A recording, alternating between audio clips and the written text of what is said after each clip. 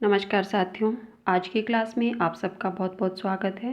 साथियों, आज हम हिंदी वर्णमाला से संबंधित प्रश्नों पर चर्चा करेंगे जो सभी परीक्षाओं के लिए महत्वपूर्ण है। हमारा आज का पहला प्रश्न है, भाषा शब्द संस्कृत के किस धातु से बना है? भाषा शब्द संस्कृत के किस धातु से बना है? आपके पास ऑप्शन है भाष्य, भास, भाष या भाष। तो साथियों, इसका सही आंसर क्या होगा? बिल्कुल सही। जिन साथियों ने ऑप्शन नंबर सी बताया है उनका आंसर सही है। भाषा शब्द संस्कृत के भाष धातु से बना है। हमारा अगला प्रश्न है, भाषा की सबसे छोटी इकाई है। भाषा की सबसे छोटी इकाई कौन सी है? आपके पास ऑप्शन है शब्द, व्यंजन, स्वर या वर्ण। तो साथियों, इसका सही आंसर क्या होगा? बिल्कुल सही। जिन साथियों ने ऑप्शन नंबर डी बताया है उनका आंसर सही है। भाषा की सबसे छोटी इकाई वर्ण है। आप लोगों से एक प्रश्न है कि भाषा की सबसे छोटी सार्थक इकाई कौन सी है? ये आप लोगों ने मुझे कमेंट बॉक्स में कमेंट करके बताना है कि भाषा की सबसे छोटी सार्थक इकाई कौन सी है। हमारा अगला प्रश्न, वर्णमाला कहते हैं। वर्णमाला किसे कहते हैं? आपके पास ऑप्शन है शब्द समूहों को, वर्णों के संकलन को, शब्द गणना को या वर्णों के व्यवस्थित समूहों को। तो साथियों, इसका सही आंसर क्या होगा? वर्णमाला किसे कहते हैं? बिल्कुल सही। जिन साथियों ने ऑप्शन नंबर डी बताया है उनका आंसर सही है। वर्णों के व्यवस्थित समूहों को वर्णमाला कहते हैं। हमारा अगला प्रश्न, निम्न में से कंठ ध्वनियाँ कौन सी है? निम्न में से कंठ ध्वनियाँ कौन सी है? आपके पास ऑप्शन है क ख, य र, च ज या ट और ण। तो साथियों, इसका सही आंसर क्या होगा? कंठ ध्वनियाँ कौन सी है? बिल्कुल सही। जिन साथियों ने ऑप्शन नंबर ए बताया है उनका आंसर सही है। क ख कंठ ध्वनियाँ है। हमारा अगला प्रश्न, स्थान के आधार पर बताइए कि मूर्धन्य व्यंजन कौन से हैं। स्थान के आधार पर बताइए कि मूर्धन्य व्यंजन कौन से हैं। आपके पास ऑप्शन है ग घ, ज झ, ड ढ या प फ। तो साथियों, इसका सही आंसर क्या होगा? मूर्धन्य व्यंजन कौन से हैं? बिल्कुल सही। जिन साथियों ने ऑप्शन नंबर सी बताया है उनका आंसर सही है। ड ढ जो है वो मूर्धन्य व्यंजन है। हमारा अगला प्रश्न, निम्न में से अल्पप्राण वर्ण कौन से हैं? अल्पप्राण वर्ण कौन से हैं? आपके पास ऑप्शन है छ ज, क ग, थ ध या फ भ। तो साथियों, इसका सही आंसर क्या होगा? अल्पप्राण वर्ण कौन से हैं? बिल्कुल सही। जिन साथियों ने ऑप्शन नंबर बी बताया है उनका आंसर सही है। क और ग जो है वो अल्पप्राण वर्ण है। अल्पप्राण वर्ण प्रत्येक वर्ग का पहला, तीसरा और पांचवा वर्ण अल्पप्राण वर्ण कहलाता है। हमारा अगला प्रश्न,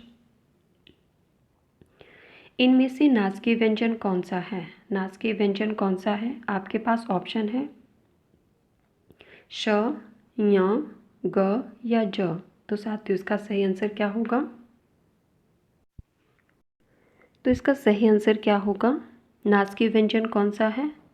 बिल्कुल सही। जिन साथियों ने ऑप्शन नंबर बी बताया है उनका आंसर सही है। यहाँ जो है वो नासकीय व्यंजन है। प्रत्येक वर्ग का पांचवा अक्षर नासकीय व्यंजन कहलाता है। हमारा अगला प्रश्न है, ए ऐ वर्ण क्या कहलाते हैं? ए ऐ वर्ण क्या कहलाते हैं? आपके पास ऑप्शन है नासकीय, मूर्धन्य, ओष्ठ्य या कंठ तालव्य। तो साथियों, इसका सही आंसर क्या होगा?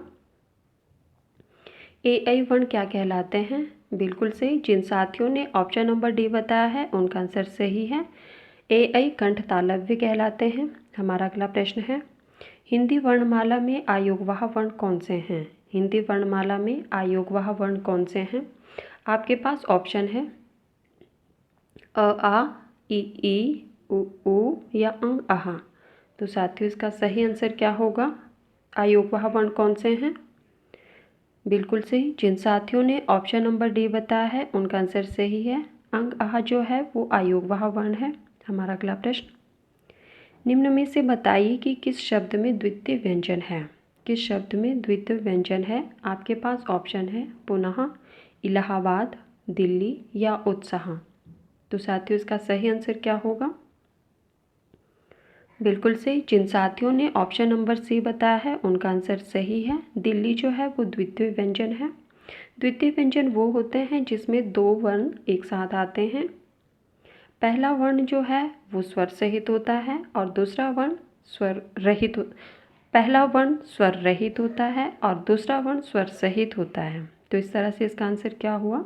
दिल्ली सही होगा। हमारा अगला प्रश्न है, श, श, स, ह कौन से व्यंजन कहलाते हैं? श, श, स, ह व्यंजन कौन से कहलाते हैं? आपके पास ऑप्शन है प्रकंपी, स्पर्शी, संघर्षी या स्पर्श संघर्षी। तो साथियों इसका सही आंसर क्या होगा? श, स, ह कौन से व्यंजन कहलाते हैं? बिल्कुल सही। जिन साथियों ने ऑप्शन नंबर सी बताया है उनका आंसर सही है, ये संघर्षी व्यंजन कहलाते हैं। हमारा अगला प्रश्न, निम्नलिखित में से बताइए कि नवीन विकसित ध्वनियाँ कौन सी हैं? नवीन विकसित ध्वनियाँ कौन सी हैं? आपके पास ऑप्शन है ख, ग, उ, ऊ, ए, औ या श, स। तो साथियों इसका सही आंसर क्या होगा? नवीन विकसित ध्वनियाँ कौन सी हैं? बिल्कुल सही। जिन साथियों ने ऑप्शन नंबर ए बताया है उनका आंसर सही है। हमारा अगला प्रश्न, निम्न में से कौन सा घोष वर्ण है? निम्न में से कौन सा घोष वर्ण है? आपके पास ऑप्शन है ख, च, म या ठ। तो साथियों इसका सही आंसर क्या होगा? घोष वर्ण कौन सा है? बिल्कुल सही। जिन साथियों ने ऑप्शन नंबर सी बताया है उनका आंसर सही है, म जो है वो घोष वर्ण है। हमारा अगला प्रश्न, कौन सा अमानक वर्ण है? कौन सा अमानक वर्ण है? आपके पास ऑप्शन है ख, ध, फव या फ। ख, ध, फव या भ। तो साथियों इसका सही आंसर क्या होगा? अमानक वर्ण कौन सा है? बिल्कुल सही। जिन साथियों ने ऑप्शन नंबर सी बताया है उनका आंसर सही है, फव जो है वो अमानक वर्ण है। हमारा अगला प्रश्न, क, ग, ज, भ ध्वनियाँ किसकी हैं? क, ग, ज, भ ध्वनियाँ जो फ ध्वनियाँ जो है वो किसकी है? आपके पास ऑप्शन है संस्कृत की, अरबी फारसी की, अंग्रेजी की या दक्षिण भाषाओं की। तो साथियों इसका सही आंसर क्या होगा? क, ग, ज, फ ध्वनियाँ जो है वो किसकी है? बिल्कुल सही। जिन साथियों ने ऑप्शन नंबर बी बताया है उनका आंसर सही है, ये अरबी फारसी की ध्वनियाँ हैं। हमारा अगला प्रश्न, हिंदी में मूलतः वर्णों की संख्या कितनी है? हिंदी में मूलतः वर्णों की संख्या कितनी है? आपके पास ऑप्शन है 50, 51, 52 या 53। तो साथियों इसका सही आंसर क्या होगा? हिंदी में मूलतः वर्णों की संख्या कितनी है? बिल्कुल सही। जिन साथियों ने ऑप्शन नंबर सी बताया है उनका आंसर सही है, हिंदी में मूलतः वर्णों की संख्या 52 है। हमारा अगला प्रश्न, क्ष ध्वनि किसके अंतर्गत आती है? क्ष ध्वनि किसके अंतर्गत आती है? आपके पास ऑप्शन है मूल स्वर, घोष वर्ण, संयुक्त वर्ण या तालव्य। तो साथियों इसका सही आंसर क्या होगा? क्ष ध्वनि किसके अंतर्गत आती है? बिल्कुल सही। जिन साथियों ने ऑप्शन नंबर सी बताया है उनका आंसर सही है, यह संयुक्त वर्ण के अंतर्गत आती है। अब आप लोगों ने मुझे कमेंट बॉक्स में कमेंट करके बताना है कि क्ष ध्वनि जो है वो किन वर्णों के संयोग से बनी है। हमारा अगला प्रश्न, हिंदी शब्दकोश में क्ष का क्रम किस वर्ण के बाद आता है? हिंदी शब्दकोश में क्ष का क्रम किस वर्ण के बाद आता है? आपके पास ऑप्शन है क, छ, त्र या ज्ञ। तो साथियों इसका सही आंसर क्या होगा?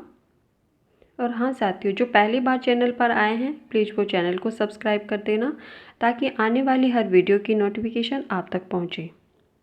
हमारा प्रश्न था, हिंदी शब्दकोश में क्ष का क्रम किस वर्ण के बाद आता है? तो इसका सही आंसर क्या होगा? बिल्कुल सही। जिन साथियों ने ऑप्शन नंबर ए बताया है उनका आंसर सही है, हिंदी शब्दकोश में क्ष का क्रम जो है वो क वर्ण के बाद आता है। हमारा अगला प्रश्न है, ज्ञ वर्ण किन वर्णों के संयोग से बना है? ज्ञ वर्ण किन वर्णों के योग से बना है? आपके पास ऑप्शन है ज जमा य, ज जमा य या ज जमा ध या ज जमा न्य।